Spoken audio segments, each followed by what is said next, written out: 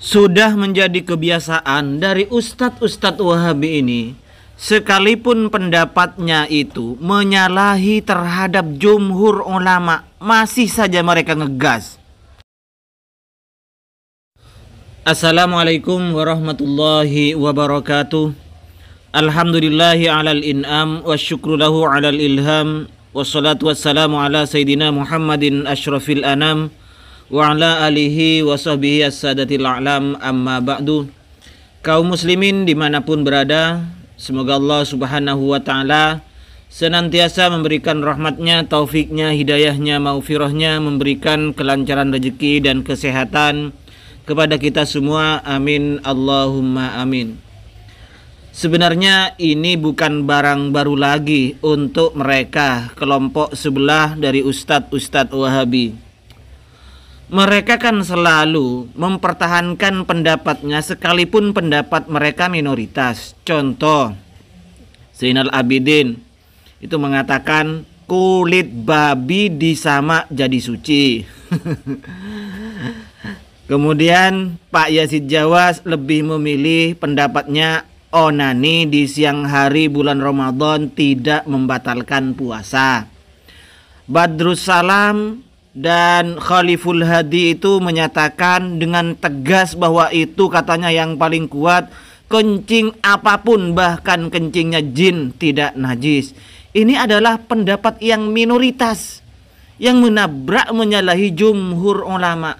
Tapi ya dasar mereka itu masih ngegas. Alasan mereka ini khilafiyah. Tapi kalau khilafiyahnya dengan orang lain, masalah kunut, maulid dan lain-lain, ngegas mereka menolak orang lain adalah bid'ah. Nah, ini memang watak dasar dari mereka itu. Sebagaimana kompaknya dua pembesar Ustadz Wahabi ini, satu mendiang Yazid Jawas, yang satunya adalah Ustadz Zainal Abidin Dr. LCMA, Dr. Zainal Abidin LCMA. Dua pembesar Wahabi ini dengan tegasnya, dengan pedenya, sekalipun pendapatnya ini menyalahi terhadap jumhur ulama, pendapat ini adalah minoritas di kalangan ulama, tapi ya mereka ngegas lagi.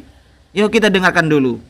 Tidak ada riwayat mengatakan utlubul ilma walau bisin. Ini hadits maudhu', palsu hadisnya.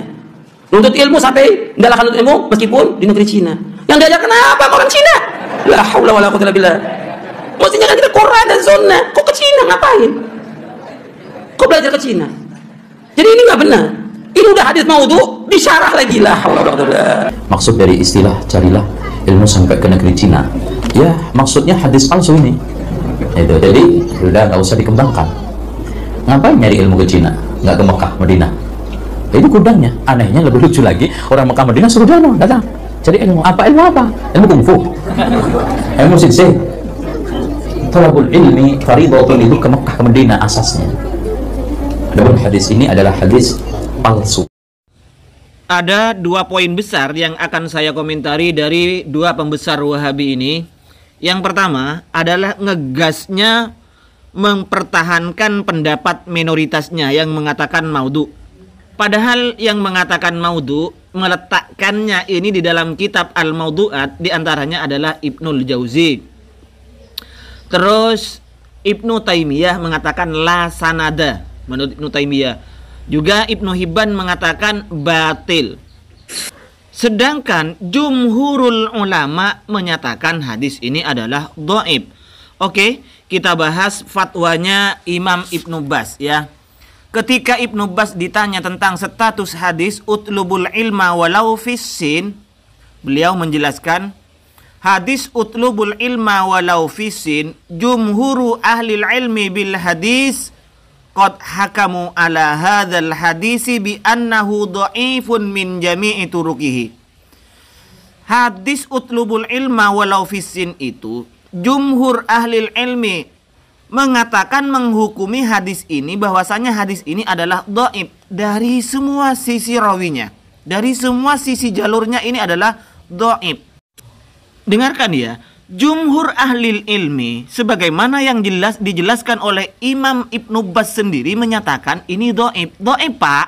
Bedakan antara dhaif dengan palsu. Ingat, dhaif dan palsu itu berbeda kecuali Harry Pras. Kalau palsu menurut Harry Pras kan boleh dikerjakan untuk muamalah menurut Harry Pras. Waqad basatul kalama fi tilka asy-Syaikh Ismail bin Muhammad Al-Ajaluni rahimahullah fi kitabih Kashfil Khafa. Hal ini sudah dijelaskan, diterangkan oleh Syekh Ismail bin Muhammad Al-Ajaluni rahimahullah dalam kitabnya Kashful Khafa di dalam huruf hamzah ma'ad mata. Wa nukila anil Hafidz Ibn Hibban sahibis sahih annahu batilun. Menurut Imam Ibnu Hibban, hadis ini adalah batil. Kemudian kama nukila an Ibnul Jauzi annahu dzakarahu fi maudu'at, sebagaimana yang diletakkan oleh Ibnul Jauzi di dalam kitab Al-Maudu'at. Oke, kita hukumi hadis ini adalah maudhu' menurut Ibnul Jauzi. Wa nukila anil Mazzi, Imam Mazzi ini menjelaskan anna lahu turuqan katsiratan. Hadis ini banyak jalurnya. Rubbama yasilu bimajmu'iha ilal hasan. Barangkali karena sudah banyak jalurnya, bisa jadi ini sampai ke derajat hasan. Jadi inilah pembelaan dari Imam Al-Mazzi itu. Karena jalurnya banyak, maka ini bisa jadi sampai pada derajat hasan.